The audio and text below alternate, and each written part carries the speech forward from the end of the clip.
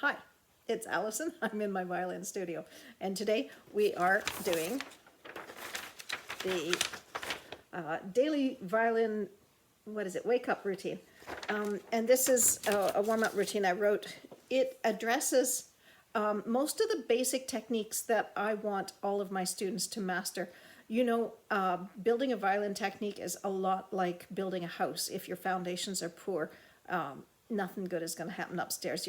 I actually knew somebody who bought a new house, and after they'd lived in it for a few weeks or a couple months, the stairs peeled away from the wall and were floating in mid. So you don't want your violin technique to be failing. We need these basics. What are the basics? Can you control the bow length, long and short? Can you control the speed, fast and slow? Can you control the tip of your bow? Can you stop the bow on the string? Those, I spend more time trying to get people to be able to do that. And I know everybody's like, no, this is boring. Let's get to the good stuff. There is no good stuff if you haven't got this stuff licked. So that's why the obsession. There are a lot of staccato notes in this. Staccato is like the gunshot of violin bow strokes, right? So instead of like a quarter note would be quarter note, but a quarter note with a dot is fast stop. So you're actually only playing, you know, for a beginner, you're playing half of it. You know, once your technique is advanced, you can mess around with the percentages, but for now, you're going to only play half of the note, but you got to cover all the ground in half the time. So it's fast stop, and okay? So that's me being the teacher. Okay, so first 8 bars let's call them gunshot bow strokes. And then rock, once you have smacked the bow back down into the string, rock. Fast, smack down and rock. I can't talk and play at the same time. And you see how your string crossings, make sure that it is your elbow and that you're not doing your string crossings like this, because if you're on the E string and you go to the A, that feels logical, but then you go to the D, you see how the bow's not straight anymore. Right, so that doesn't work. Think of it as a swing. The forearm needs to swing up and down. And from this angle, this and this need to line up, okay? So I'm just making stuff up here. But, so, staccato, clean string crossings. Then starting at bar 9, you got to make sure that you rock over exactly halfway down your bow stroke, right? Because if you do it, length determines rhythm, depending on your bow speed, right? So we want each of those 2 notes to last for the same amount of time, not where you see when we gave the short distance and the long distance, that became a short note and a long note, right? So let's keep it rock in the middle. And then we alternate with, you have to stop the bow and rock back silently without the bow moving. Over. Stop and rock. So you see how we're alternating string crossing techniques here. So it looks innocuous, but it's not as easy as it looks. So don't rush through that. Okay, bar 15. This is just practicing. Does your finger know where to go? Low first, regular first, low 2, regular 2. And no, there's no third finger involved because, again, it's kind of one of those foundation systems. If you get the bottom of your foundations correct, probably the later stuff that comes higher is be fine. So, you know, I was trying to make it obvious what my finger's doing, because some people seem to like, you know, we don't look at our fingers while we play. You might once in a while to double check, but okay. Then bar 31, that's a scale. That's right. You know, in a major scale, you have 2 semitones per octave. Do you know where your semitones? It's 9 o'clock. Do you know where your semitones are?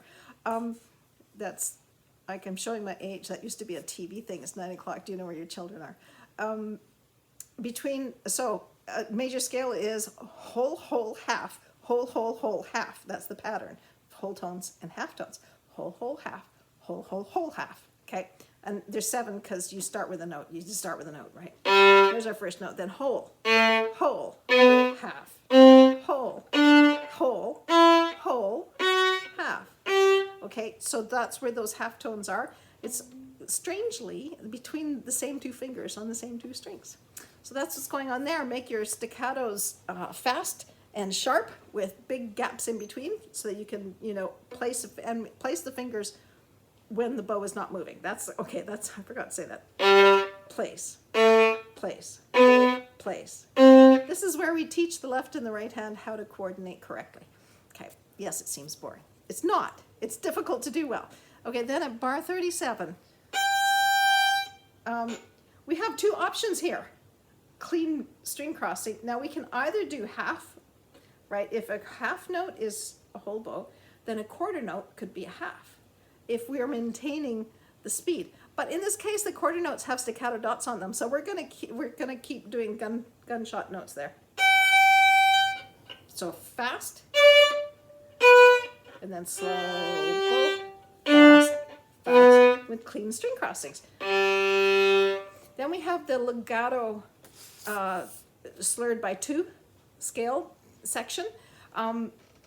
I teach all my students Allison's rule number 1 for articulation and phrasing. The rule is stop the bow before quicker notes. And just apply that 100% everywhere, and there will be certain situations in which you say, maybe not here for whatever musical reason. But you'd be surprised at like 87% of situations, maybe even 93, it applies. So that was a half note. Now we're followed by quarter notes. So stop the bow before you start the quarter notes, and then it's legato.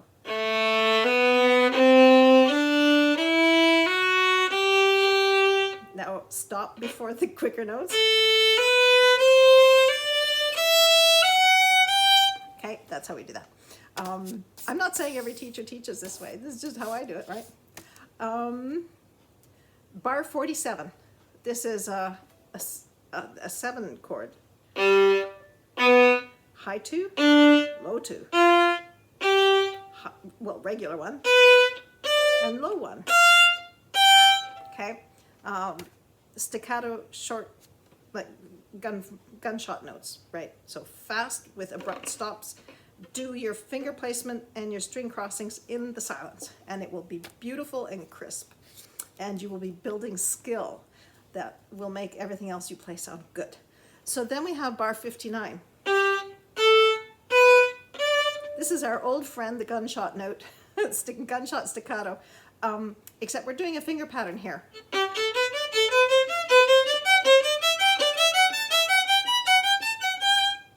And what would if you were just doing that by itself?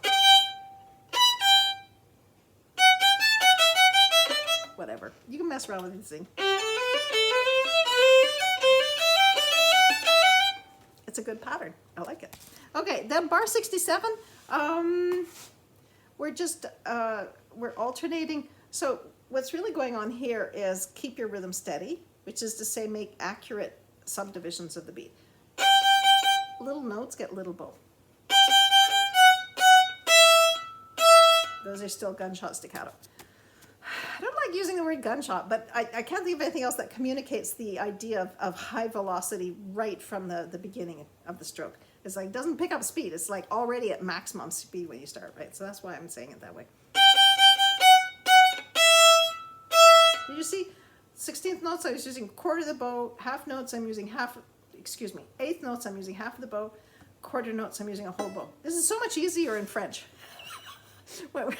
Because in English, the name of the note and the amount of bow we give to it are like, it's like a battle of fractions. Okay, and bar 3 is, this one we gotta cheat this one because it doesn't work out. Because if we only do a half and then quarter, now we don't have a whole bow for that staccato, right? So we're gonna cheat and take more on the 8th. Sometimes we do that. And then we've got triplets, which is cucumber sandwiches, boop, boop, cucumber sandwiches, and cucumber sandwiches, happy to happy or little or apple. I should say apple. Cucumber, sandwiches, apple pie. Apple, cucumber, pie. Pie.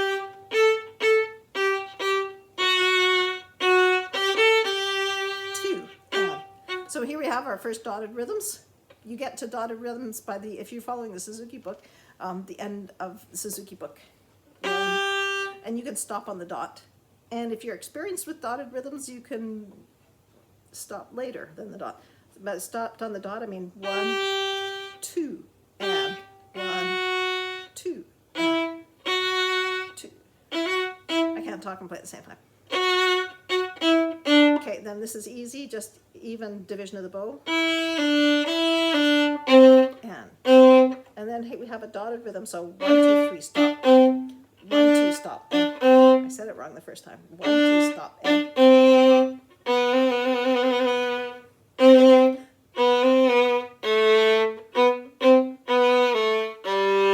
Now, with a chord, 4-note chord, we play 2, the bottom 2, and then the top 2.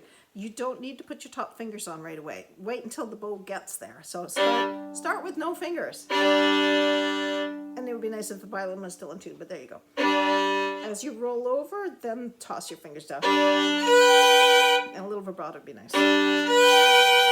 Okay, so this kind of covers actually a lot of the basic skills that you should have before book 2. If you're having trouble with any of those things, you know, a clean staccato, clean string crossings, alternating finger placement with right, alternating finger movement with bow. That's all stuff you should drill. If you have ways of practicing that, do them. If you don't, ask me. I will slowly try to create materials for each of those kind of individual, just for drilling. You know, maybe write some little tunes where each tune is like a skill that needs to be drilled. Because if you're really good at all those stuff, you are so set up. I mean, because that's really the basic stuff that I see a lot of people trying to play intermediate repertoire and they can't do it and they're not happy and it sounds bad. And it always boils down to these basic skills. So this is, if you are working on Mendelssohn Concerto and stuff is not sounding good, come back and make sure that these skills are solid and they're clean.